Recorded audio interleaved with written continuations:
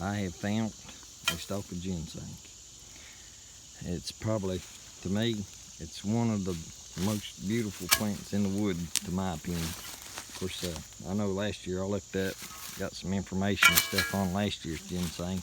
It went anywhere from $550 to $800 a pound, just depending on where you're from.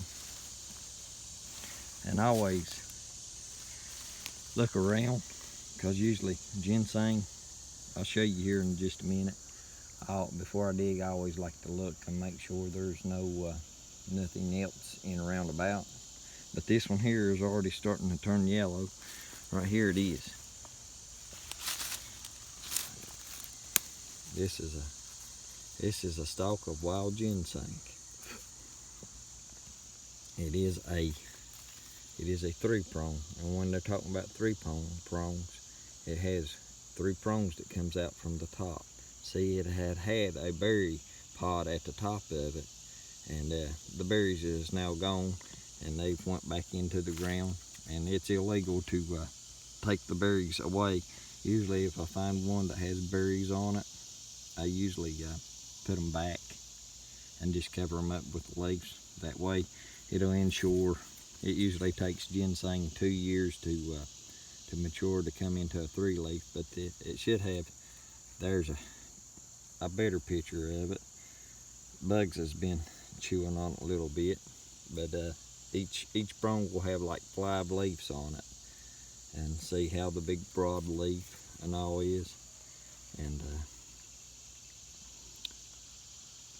to me it's a beautiful plant. So make sure it ain't got no varmints around that might want to take a bite on me. This is what I usually do to make sure that you don't break the root or anything like that. And I seen another root that I'm going to share with you here just shortly. I usually dig a lot with my hands or a stick.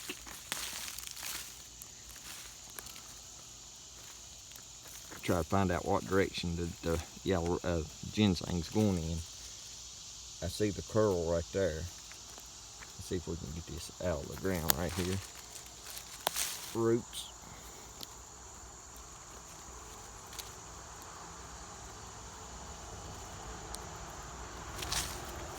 Okay. Getting old. And then the ginseng matter, it's all homemade. I made it. I like to dig wide on the ginseng. That way you come back into it. That way you won't chop your root. I hope I'm not moving y'all around too much.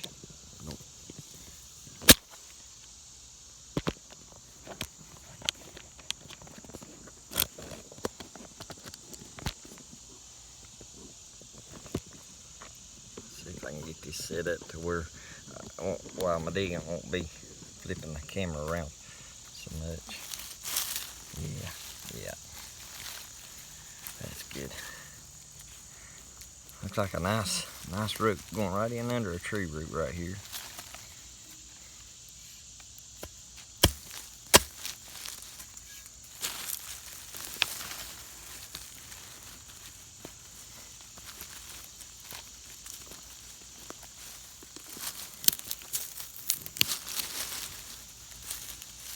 I see the berries.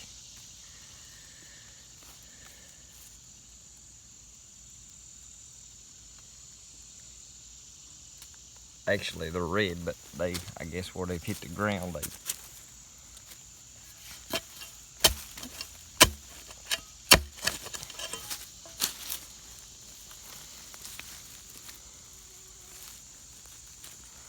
okay. There you have the old ginseng root.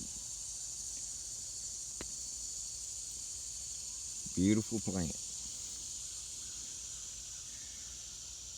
And usually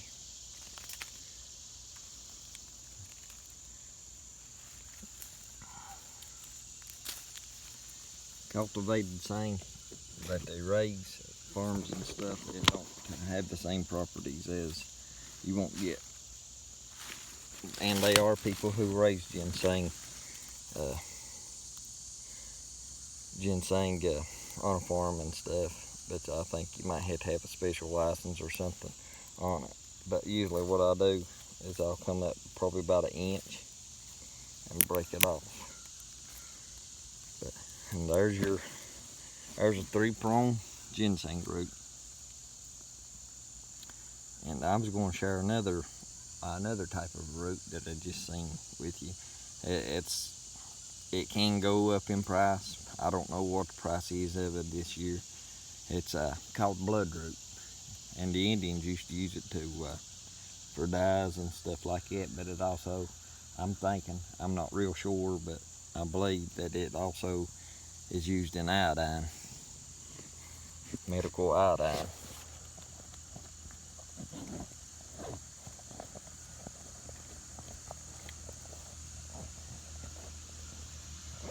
I get up here to it, I just seen it. Hopefully we can find us another stalk of ginseng.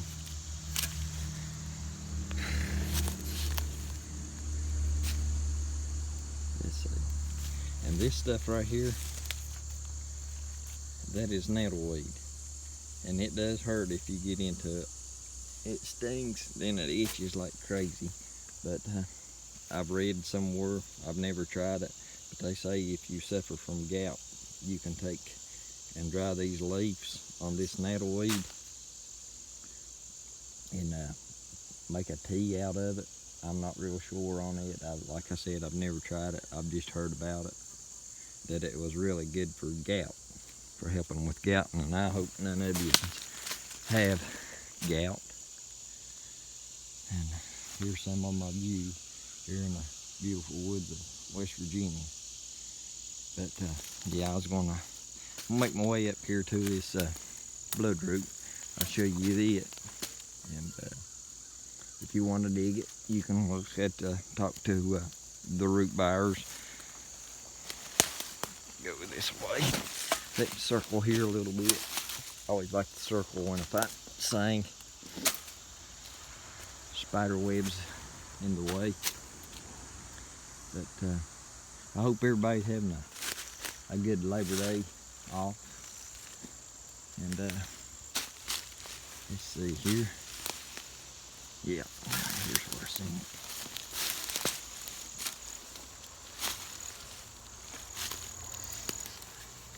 Make sure I ain't got no. Now right here is what bloodroot looks like. It sort of, I think it's a pretty little plant. I'm not going to dig this because I ain't no use to disturb it, because I'm not going to sell it. I'll just leave it alone. But it's one of these plants that even though you dig the main root, it breaks off little old stems down in it, and it'll keep recurring. See, there's 3 of them right here together. I'll go ahead and dig it and show you what it looks like, and I'll see if I can't find a price or something on it. I'm not really.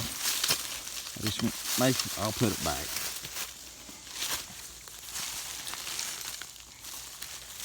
I think it's all one big root. Now that's what bloodroot looks like. Just like that. Now you see what, let's see, break it open, it won't hurt it. See how red it is? Hopefully some of this stuff is useful to you. If you want to dig it, I like digging ginseng. No, I don't make a whole lot of money at it or anything. I just enjoy getting out.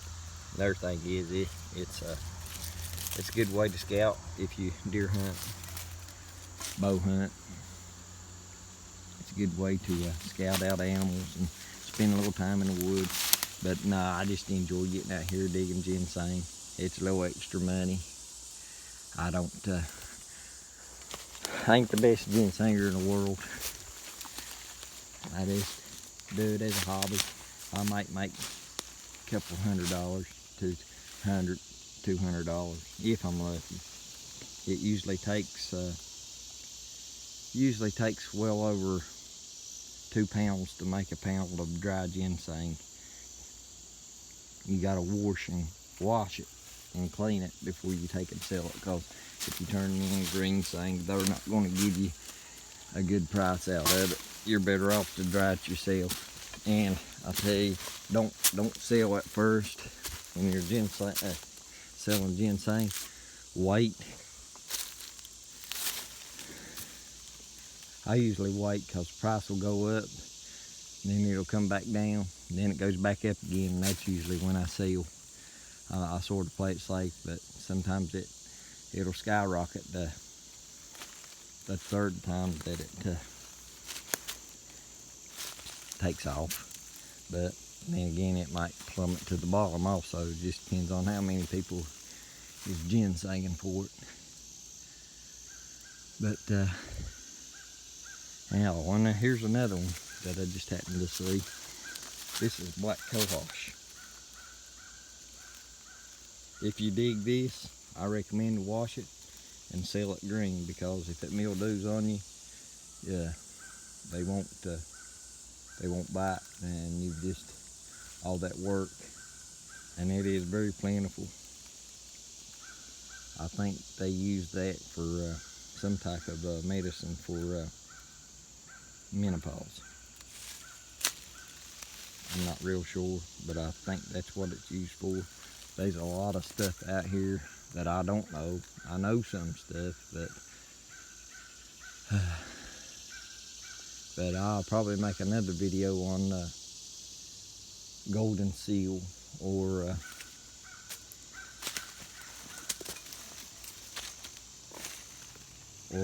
as we call it, yellow root. And usually I get back to ginseng, getting a little excited here, but ginseng usually, like in them old places like that right there, and around these logs. But be careful, because you might have a unwanted visitor. And I see a hole right there beside that log that could possibly be a yellow jacket's nest, and I don't feel like getting stung today, so I'm going to give that a wide wake.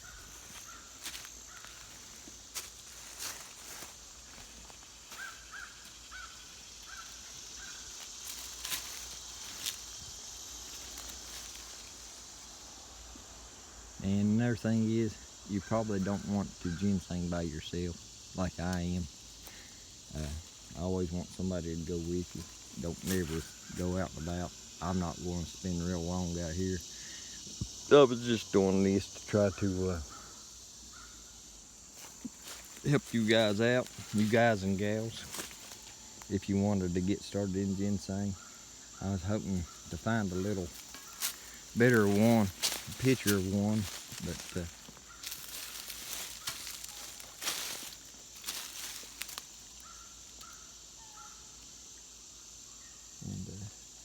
as you can see, some people move really quick when they ginseng, but I'm not.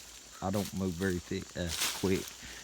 I like to take a couple steps and stop. Move in like a zigzag pattern, and I'll share something else with you that will give you that we call, my papa always called them a seine pointer, and I'll show it to you as soon as I look around all this stuff right here, look around about and see if I can find anything. Okay. See nothing there. Now I have walked right by, and it is easily to walk by. And this little, the seine pointer, this little guy right here, it's a type of fern. And my papa always said, when you see these, it is good ground for ginseng to grow. So keep your eye out. You're out and about ginsenging, keep your eye out for these. I'll let you know the ground is good for seng to grow in.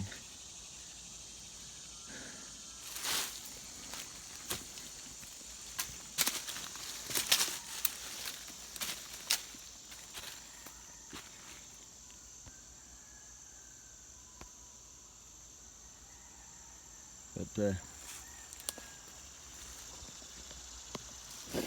hope I'm not shaking the camera too bad for you. But hopefully this information has helped you, and hopefully get out and do some ginsenging. It's a good way to make a little extra money. Of course, you might be good at it and make a whole lot of money, but it's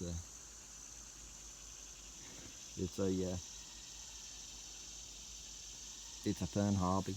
I like doing it. I enjoy doing it. So and hopefully you will too. And the main thing is, out and about, have fun, and be careful.